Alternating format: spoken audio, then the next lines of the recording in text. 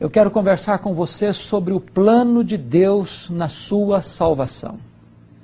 A sua salvação foi planejada por Deus desde a eternidade. Este é um plano perfeito, este é um plano eterno, este é um plano que jamais pode ser frustrado.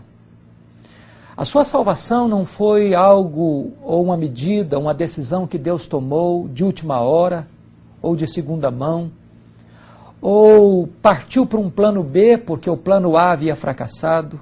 Não. Deus planejou e decidiu essa questão antes dos tempos eternos. Na verdade, o texto de Romanos 8:30 sintetiza e resume este grande projeto que inclui a sua vida. E Paulo diz assim: aos que Deus predestinou, a esses também chamou. E aos que chamou, a esses também justificou. E aos que justificou, a esses também glorificou. Note você que este plano vai de eternidade a eternidade. Deus predestinou você na eternidade e Deus glorificará você também na eternidade. Aqui, durante a história, Deus concretiza e realiza em Cristo este plano da sua salvação. Eu quero chamar a sua atenção para olharmos juntos esse texto de Romanos 8:30. Em primeiro lugar, a Bíblia diz que Deus nos predestinou. A salvação não começou com você, começou com Deus. Não fomos nós quem escolhemos a Deus, foi Deus que nos escolheu. Jesus disse: não fostes vós que escolhestes a mim, pelo contrário, eu vos escolhi a vós outros. Não fomos nós quem amamos a Deus primeiro. Nós amamos a Deus porque Ele nos amou primeiro. Agora, deixe-lhe dizer uma coisa. Você não foi escolhido por Deus porque Deus previu que você ia crer em Jesus. Não. Porque se assim fosse, a sua fé seria a causa da sua eleição. A Bíblia diz que a fé não é a causa da eleição, a fé é o resultado da eleição. Diz Atos 13:48 que todos quantos haviam sido destinados para a vida eterna creram. Não diz que todos os que creram foram destinados para a vida eterna. Diz que os que foram destinados para a vida eterna creram. De tal maneira que a fé não é a causa da eleição, mas o resultado da eleição. Você não é eleito porque crê. Você crê porque é eleito. É assim que a Bíblia diz. Você não foi eleito por Deus por causa das suas obras. Não é porque Deus olhou para você e viu méritos em você e então Deus escolheu você. Não. A Bíblia diz que nós somos criados em Cristo para as boas obras e não por causa das boas obras. Nem Deus escolheu você porque viu em você santidade. Não. A Bíblia diz que Deus nos escolheu em Cristo antes da fundação do mundo para sermos santos e irrepreensíveis, e não porque éramos santos e irrepreensíveis. De tal maneira que todo o projeto da salvação é feito por Deus, é executado por Deus e é consumado por Deus. Isso é maravilhoso, porque se dependesse de nós escolhermos a Deus, estaríamos perdidos, estaríamos condenados. Porque a Bíblia diz que você e eu estamos mortos nos nossos delitos e pecados.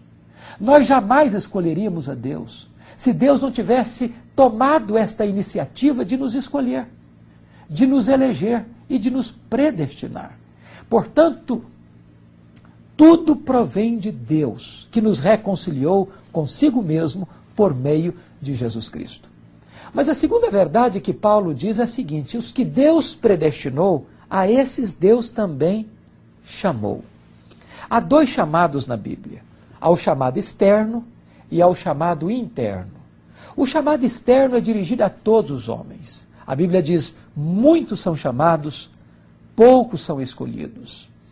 O chamado externo é aquele que todos escutam, mas o chamado interno é quando o Espírito Santo opera uma mudança e uma transformação no seu íntimo, no seu coração.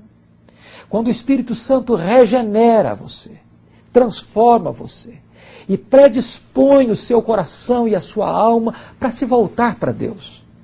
Nesse momento, você se volta para Deus, voluntariamente, livremente, sem coação. É você quem atende o chamado, é você quem responde a esta convocação divina.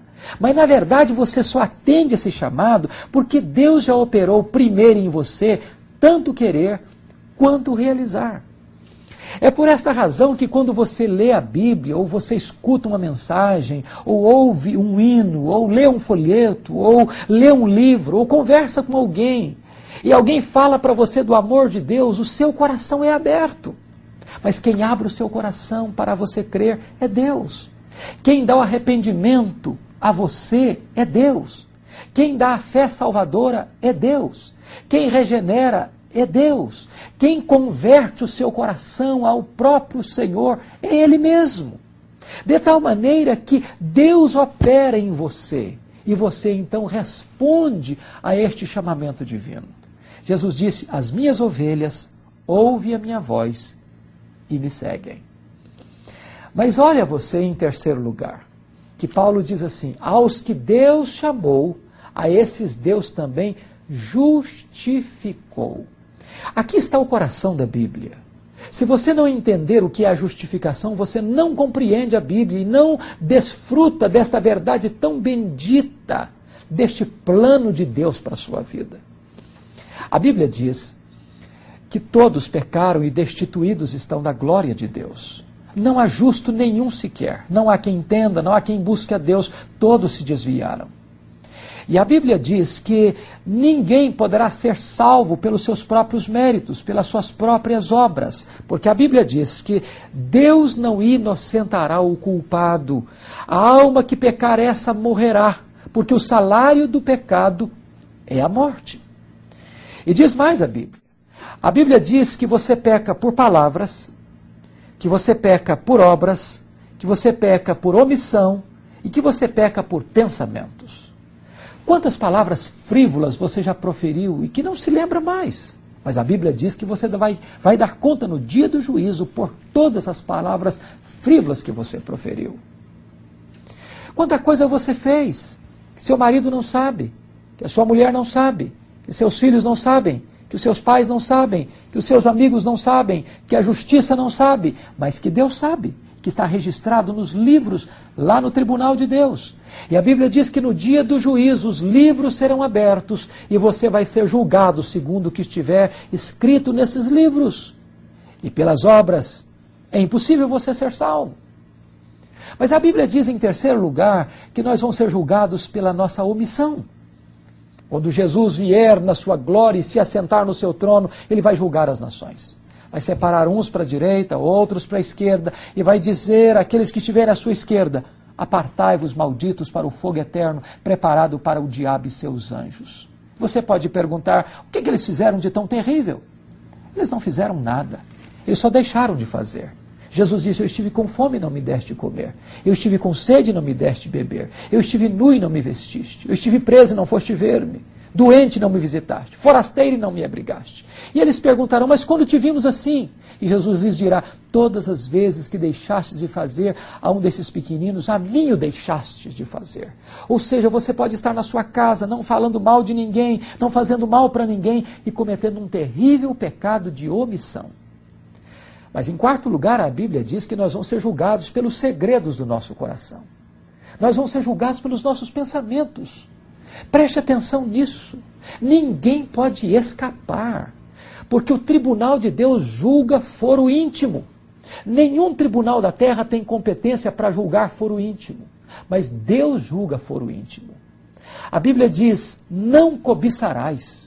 E a cobiça é um pecado subjetivo, é um pecado da mente, é um pecado do coração, que nenhum tribunal da terra pode alcançar, pode legislar e pode julgar, mas o tribunal de Deus julga foro íntimo e você vai ser julgado pelos seus desejos, pensamentos e propósitos. Note você que é impossível então escapar do julgamento de Deus. Os psicólogos dizem que passam pela nossa cabeça 10.000 pensamentos por dia. Vamos imaginar que você seja uma pessoa maravilhosa, que durante um dia inteiro você não peca por palavras, nem por obras, nem por omissão. E desses 10 mil pensamentos por dia, imagine que você tem apenas 3 pensamentos pecaminosos por dia. Você já quase seria um anjo ambulante. Mas se você tiver só 3 pecados por dia, no final de um mês você terá 90 pecados. No final de um ano você vai ter 1080 pecados. Arredondando para 1000, se eu pecasse só 3 vezes por dia, eu já estaria com 49 mil pecados. Como é que um réu poderia sair-se bem num tribunal quando o promotor, o advogado de acusação, provar nos autos que ele cometeu 49 mil violações da lei? Ah, mas os tribunais da terra dá-se um jeito, se suborna o juiz, se compra os jurados. Mas quem pode subornar o tribunal de Deus? Quem pode subornar o reto juiz dos céus e da terra, de vivos e de mortos? Mas deixa eu lhe dizer, você não precisa de 49 mil pecados para deixar de entrar no céu. Se você tiver um só pecado, você não pode entrar no céu. Sabe por quê? Porque só os perfeitos podem entrar no céu. Se você tiver um pecado só, você não poderá entrar lá. E você então vai me dizer, mas pastor, é impossível então, porque todos são imperfeitos. Isso é um fato. Na verdade, ninguém pode entrar no céu pelos seus esforços e pelos seus méritos. Por isso, a Bíblia diz que se você guardar toda a lei e tropeçar num único ponto, você é culpado da lei inteira. Mas aquilo que você não pode fazer, Deus fez por você. Quando Ele mandou ao mundo o seu Filho Jesus, Ele é o seu fiador, o seu representante. E quando Jesus Cristo foi lá na cruz, a Bíblia diz que Deus pegou todos os seus pecados e lançou-os sobre Jesus. Ele foi feito maldição por você, ele foi feito pecado por você. E quando ele estava na cruz, ele pegou o escrito de dívida que era contra você e o rasgou, e o anulou, e o encravou na cruz e disse, está consumado, está pago. Agora aquele que crê em mim não deve mais nada, está justificado. E o Senhor Jesus Cristo não apenas cancelou a sua dívida, pagou a sua dívida, mas Ele foi lá na sua conta e fez um depósito infinito em seu crédito. Ele depositou toda a sua justiça em seu favor. Aquele que não conheceu o pecado, Deus o fez pecado por nós, para que nós fôssemos feitos justiça de Deus. Deus então justifica você. Quando Deus olha para você, Ele não vê o seu pecado, Ele vê a justiça de Cristo em você. Por isso, Ele vê a perfeição do seu Filho em você, e você então pode entrar no céu. É por essa razão que Paulo conclui esse texto dizendo, aos que Deus justificou, a esses Deus também glorificou. Embora a glorificação é um fato futuro, que se dará na segunda vinda de Jesus, na mente de Deus e nos decretos de Deus, você já está no céu. Você que foi predestinado, que foi chamado e que foi justificado, você já está no céu. Isto é um fato consumado na mente de Deus e nos decretos de Deus. O plano de Deus é perfeito. O plano de Deus não pode ser frustrado. Se você entregou sua vida para Jesus, se você creu no Filho de Deus, nada, nem ninguém pode separar você do amor de Deus.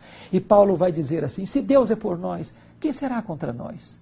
Aquele que não poupou a seu próprio Filho, antes por todos nós o entregou, porventura não nos dará graciosamente com ele todas as coisas? Quem os condenará? É Deus quem os justifica. Quem tentará acusação contra os eleitos de Deus? Foi Cristo Jesus quem morreu, quem ressuscitou, qual está à direita de Deus e também intercede por nós. Quem nos separará do amor de Deus que está em Cristo Jesus? E Paulo termina dizendo assim, eu estou bem certo de que nem a morte, nem a vida, nem anjos, nem principados, nem poderes, nem altura, nem profundidade, nem qualquer outra criatura poderá nos separar do amor de Deus que está em Cristo Jesus, nosso Senhor. Glorifique a Deus por este plano perfeito, por tão grande salvação que você recebeu de Deus, por meio de Jesus. Deus te abençoe, em nome de Jesus. Verdade e vida, mostrando o caminho do perdão e da vida eterna. Eu sou o caminho, e a verdade, e a vida. Ninguém vem ao Pai senão por mim.